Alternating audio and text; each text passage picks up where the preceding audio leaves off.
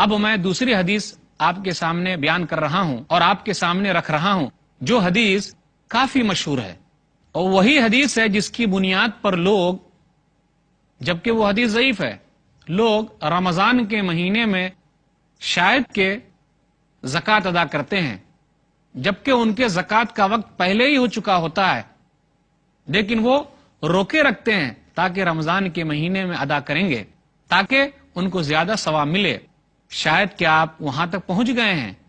ہم اور آپ اچھے طریقے سے جانتے ہیں اس حدیث کے سلسلے میں، جس حدیث کا میں تذکرہ کرنے جا رہا ہوں، کہ اس مہینے میں اگر کوئی آدمی کوئی نفل کام کرتا ہے تو اس کا ثواب فرض کے برابر ملتا ہے، اور اگر کوئی فرض کام کرتا ہے تو اس کا ثواب 70 فرض کے برابر ملتا ہے۔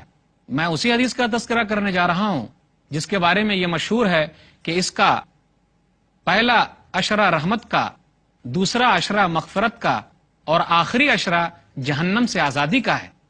یہ حدیث ہمارے درمیان کافی مشہور ہے۔ یہ حدیث حدیث سلمان کے نام سے مشہور ہے۔ بہقی رحمہ اللہ نے اپنی کتاب شعب الایمان میں انہوں نے نقل کیا ہے۔ یہ حدیث سند اور متن دونوں اعتبار سے ضعیف ہے۔ وہ حدیث کیا ہے؟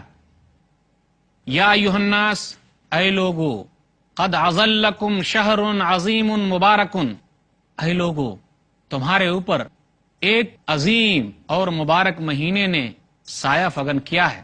شہر وفیہ لیلۃ خیر من الف شہر، یہ وہ مہینہ ہے ایک رات 1000 مہینے کی عبادت سے بہتر ہے۔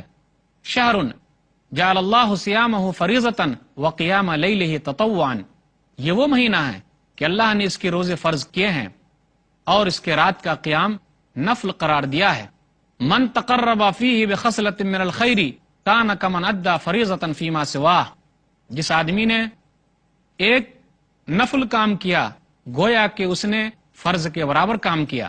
ومن ادى فریضۃ، اور جس نے ایک فرض کو ادا کیا، کان کمن ادى 70 فریضۃ فیما سواہ، تو گویا کہ اس آدمی نے 70 فرض کے برابر کام کیا۔ نبی صلی اللہ علیہ وسلم نے کہا، جیسا کہ اس حدیث کے اندر آیا، وَهُوَ شَهْرٌ أَوَّلُهُ رَحْمَةٌ، یہ وہ مہینہ ہے جس کا پہلا عشرہ، پہلا 10 دن رحمت کا ہے۔ وَوَسَطُهُ مَغْفِرَةٌ، اور بیچ والا عشرہ مغفرت کا ہے، بخشش کا ہے۔ وَآخِرُهُ عِتْقٌ مِّنَ النَّارِ، اور آخری عشرہ جہنم سے آزادی کا ہے۔ یہ حدیث ہمارے درمیان کافی مشہور ہے۔ خطباء کرام بھی اپنی تقریروں میں اس حدیث کا تذکرہ کرتے ہیں۔ بہت ساری حدیث کی کتابوں میں جو موضوع اور روایات حدیثیں ہیں اس میں تذکرہ موجود ہے۔ بہت سارے لوگ، جن لوگوں نے رمضان کے تعلق سے حدیثیں جمع کی ہے، اس حدیث کو بیان کرتے ہیں، لیکن یاد رکھیے یہ حدیث سند اور متن دونوں اعتبار سے ضعیف ہے، کمزور ہے، اس پر عمل نہیں کیا جا سکتا۔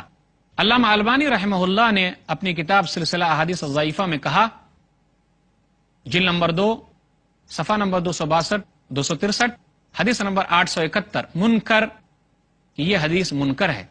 اس حدیث کے اندر علی بن زید بن جدعان ہے، وہ ضعیف ہے، کمزور ہے۔ اس حدیث کے اندر ایاس نامی ایک راوی ہے۔ حافظ ابن حجر رحمہ اللہ اپنی کتاب لسان المیزان میں جلد نمبر 1، ترجمہ نمبر 1467 میں کہتے ہیں، عقیلی کا قول نقل کرتے ہیں، مجہول وحدیثہ غیر محفوظ، اس آدمی کے بارے میں اتا پتہ ہے ہی نہیں اور اس کی حدیث محفوظ نہیں ہے، تو سند کے اعتبار سے یہ حدیث کمزور ہے۔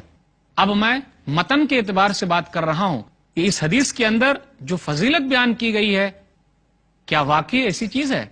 اگر مان لیا جائے، ویسے یہ حدیث صحیح نہیں ہے، اگر مان لیا جائے کہ یہ حدیث صحیح ہے، ویسے صحیح نہیں ہے، تو اس کا مطلب یہ ہے کہ اس مہینے میں نیک کام کرنے کی فضیلت زیادہ ہے اور اس پر ابھارا جا رہا ہے۔ اس کا مطلب یہ ہرگز نہیں کہ دوسرے اور مہینوں میں فرض چیزوں کی اہمیت نہیں ہے، دوسرے اور نیکی لوگ اسی مہینے میں کریں گے تاکہ 70 کے برابر اس کو ثواب ملے، ایسا نہیں ہے۔ اگر یہ صحیح روایت ہو سکتی ہے، اس کا معنی اگر صحیح ہو سکتا ہے، تو ایک ہی مقصد ہے، وہ مقصد یہ ہے کہ اس مہینے میں نیکی کرنا اہم ہے۔ لوگوں کو ابھارا جا رہا ہے کہ لوگ نیکیاں کریں، زیادہ سے زیادہ نیکیاں جمع کریں۔ اس کا مطلب ہرگز نہیں کہ دوسرے اور مہینوں میں فرض چیزوں کی کوئی اہمیت نہیں ہے، بالکل نہیں، ایسا نہیں کہا جا سکتا. اس لیے جو لوگ اپنی زکوٰۃ روکے ہوئے ہیں تاکہ 70 زکوٰۃ کے برابر ثواب ملے گا، تو ان کا عقیدہ رکھنا اور ان کا سوچنا صحیح نہیں ہے.